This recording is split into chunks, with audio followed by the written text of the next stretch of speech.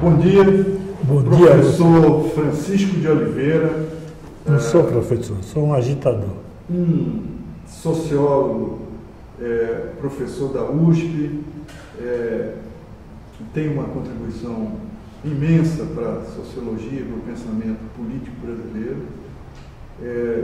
Nós estamos aqui para fazer de entrevistar sobre algumas questões que dizem respeito ao Nordeste, à Sudene, e nós gostaríamos de começar lhe perguntando sobre um pouco da sua trajetória de juventude e como o senhor chegou até a Sudene. Então essa seria a primeira pergunta. Essa entrevista faz parte de um projeto mais amplo de entrevistar figuras que têm relevo para a região e que têm relevo para reflexão sobre questão regional e sobre o Nordeste brasileiro. Bom, obrigado, Marcos e Ângela. Vocês vão me fazer chorar, de modo que eles não têm que se surpreender muito. O Recife e a Sudene são uma chaga que não fecha. Que vergonha o homem velho chorar, mas é assim mesmo. Eu não tinha trajetória nenhuma antes da Sudene. A gente é muito comum enfeitar a própria biografia. A minha não dá para enfeitar porque os arquivos históricos, que são implacáveis, vai dizer que não havia nada antes da Sudene. O que é verdade e não me abate, porque eu não tenho esse costume de... Até daria para enfeitar o Maracá, porque eu nasci a 7 de novembro, a data da gloriosa Revolução Soviética. Mas não é verdade, aquilo era um acaso, como os partos antes da mania como dos partos programados, eles eram previsíveis dentro de certa margem, mas não com tanta certeza. Então, a minha mãe não era nenhuma revolucionária para marcar o dia 7 de novembro, tadinha. Ela era uma católica, felizmente, porque do catolicismo de que eu fui parte, eu herdei a dimensão ética, que na esquerda era muito rebaixada. Então foi assim, no dia 7 de novembro, no Recife, no bairro do Barro, eu conheci o mundo. Nem conheci, na verdade, você não conhece nada até os 15 anos, mais ou menos. De modo que não há história pregressa. Eu fui um estudante comum da Faculdade de Filosofia, que era muito ruim, porque todos os professores eram, na verdade, vindos do direito, o que era muito comum nas ciências sociais. Um estudante comum, sem nenhum relevo. Logo aderi ao Partido Socialista, que, no dizer dos comunas, que eram muito fortes no Recife, a gente era a ala feminina deles, né? E isso eu prezo muito em minha própria avaliação, porque me livrou do stalinismo, que era hegemônico, tanto na União Soviética como no pensamento e ação dos comunistas no mundo. Eu não tive esse problema. Graças a uma turma universitária muito especial, eu fiquei na esquerda socialista. Você poderia mencionar algumas dessas pessoas? Um deles ainda vive. é o meu amigo Cláudio Souto, Foi meu professor. que é um reformista de carteirinha, né? Ele teve uma grande influência nesse grupo, que era um grupo pequeno, porque o Partidão dominava tudo. Mas para mim foi extremamente importante. De modo que eu cheguei na SUDENE como uma página em branco. Militância estudantil no Recife, naqueles anos não diferenciava muito. Quase todo mundo era militante, da direita ou da esquerda, né? Da esquerda com maior preponderância, se bem que do ponto de vista da ação, os comunistas eram muito mais ativos e capazes do que nós. Como é que eu cheguei na SUDENE? Por acaso. Quer dizer, a história podia ser redondeada, mas é mentira. Seria mentira. Cheguei por acaso. Eu fui para a SUDENE também por acaso. Eu estava aqui em São Paulo, no meu primeiro exílio, esse é o segundo e vai se prolongar, né? E Fernando Mota, um intelectual um pouco mais à direita do que era comum no Recife, Fernando passou aqui em São Paulo, eu fui visitá-lo no hotel. Ele disse: "Você está sabendo das novas iniciativas?" Eu disse: "Não. O Celso Furtado está recrutando gente para levar para o Recife. Por que você não vai conversar com ele?" Eu fui no Rio. O Celso era o tipo mais anticordial possível. Você não encontra nas personalidades políticas brasileiras alguém como o Celso.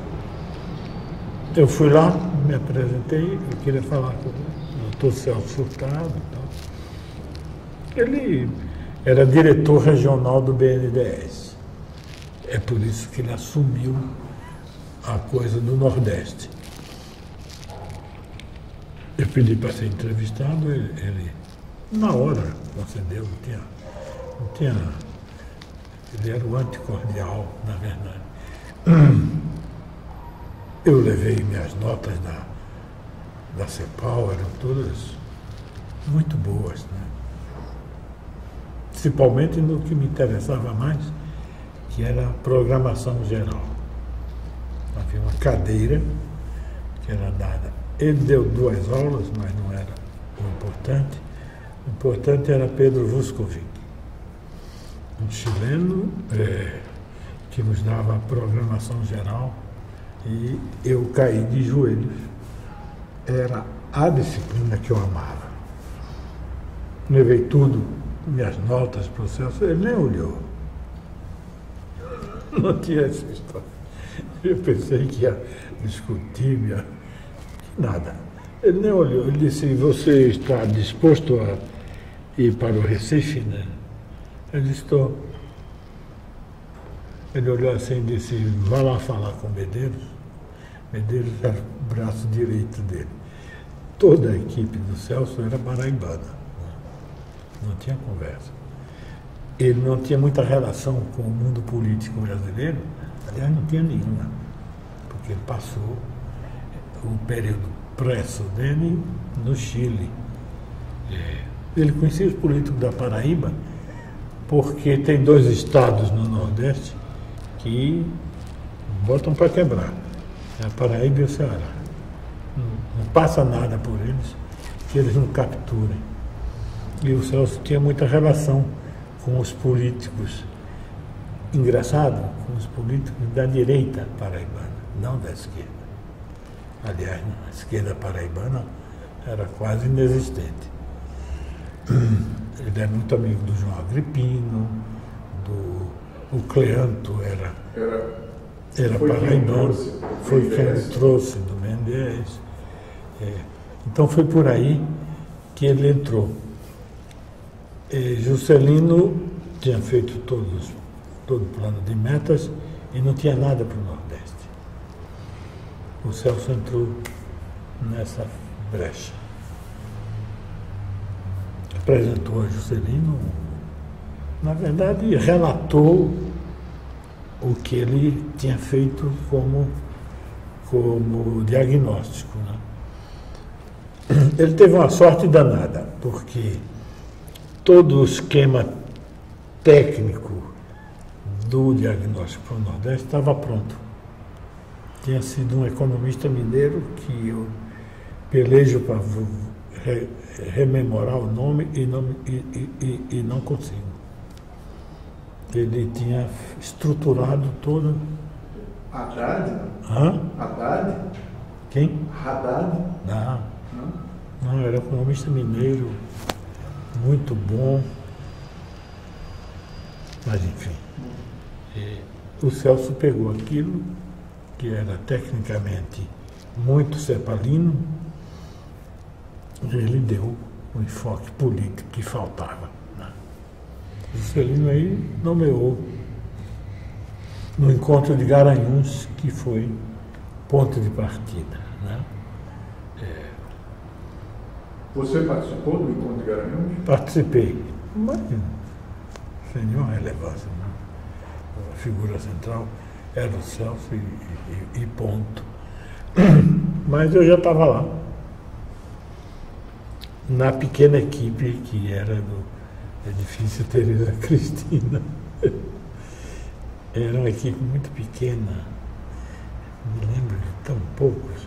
Primeiro tinha Luiz Vasconcelos, era um português clássico, com o sotaque e a entonação, e que Celso não pôde nomear substituto porque ele era português. Era o Jorge Furtado, que era irmão dele, e pela cabeça do Celso não passaria nunca. O terceiro dessa trinca era Mário Magalhães. Mário Magalhães era conhecido como Boca do Inferno, junto com... Os dois nunca se encontraram, mas era ele no serviço público e Carlos Duarte na política. Os dois, Boca do Inferno. O terceiro, Celso não podia nomear, porque Mário Magalhães, que era o assessor que fazia a cabeça do Celso, disse, não me nomeei porque no outro dia eu fecho essa baiuca. É mentira, porque ele era o assessor privilegiado do Celso, né? Não é à toa que o primeiro filho do Celso chamava-se Mário. Chama-se, espero, que não tenha morrido. Então, esse pequeno grupo fazia o Codeno e, em determinado momento, aí, a Sudene é de 59. Antes disso, o Mário chamou o Celso, ele tinha muita autoridade moral, assim, disse, isso não pode continuar assim. Você ou fecha essa baiuca, ou você tem que resolver. Como resolver? Você passa o tempo todo no Rio. E está certo que passa. Porque é lá que se negocia a questão política daqui. E você não para aqui, isso aqui não anda. Você tem que dar uma solução. Tem que nomear um substituto para tocar esse barco aqui. E você já sabe os três que você não pode nomear. Ele disse, quem sobra? Ele disse, sobra Francisco, que não é nada. Ele foi para o Conselho Deliberativo e apresentou meu nome. Aí o que você faz?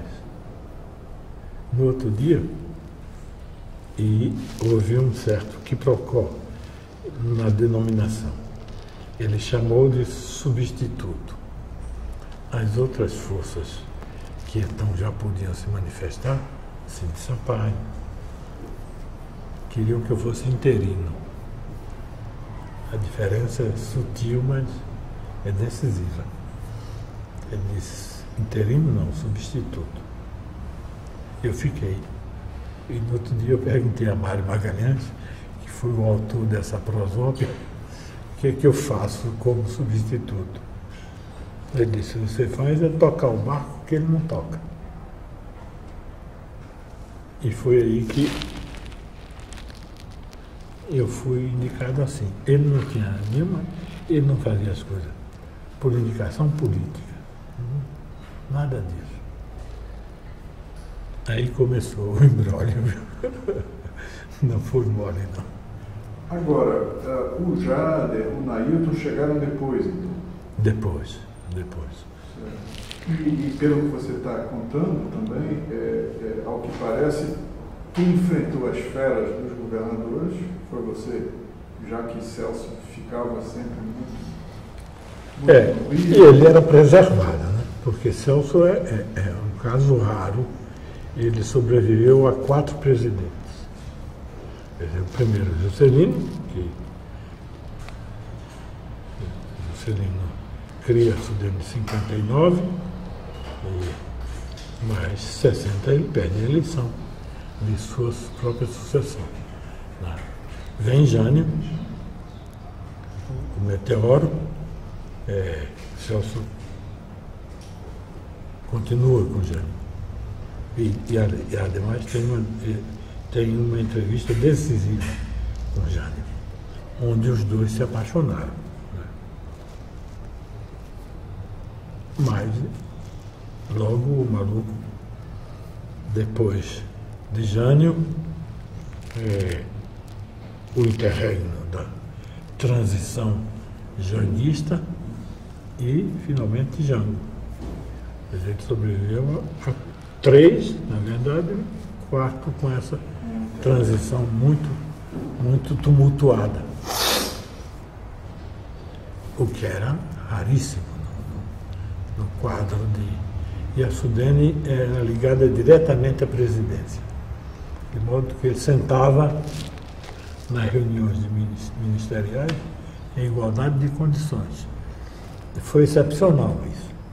Isso não teria ocorrido depois. Agora, você entende essa excepcionalidade da posição de Celso muito estando relacionada com a própria, digamos, o que se dizia, a crise política do Nordeste, toda a movimentação de ligas camponesas, isso está associado a esse lugar de destaque que Juscelino dá à Sudene como...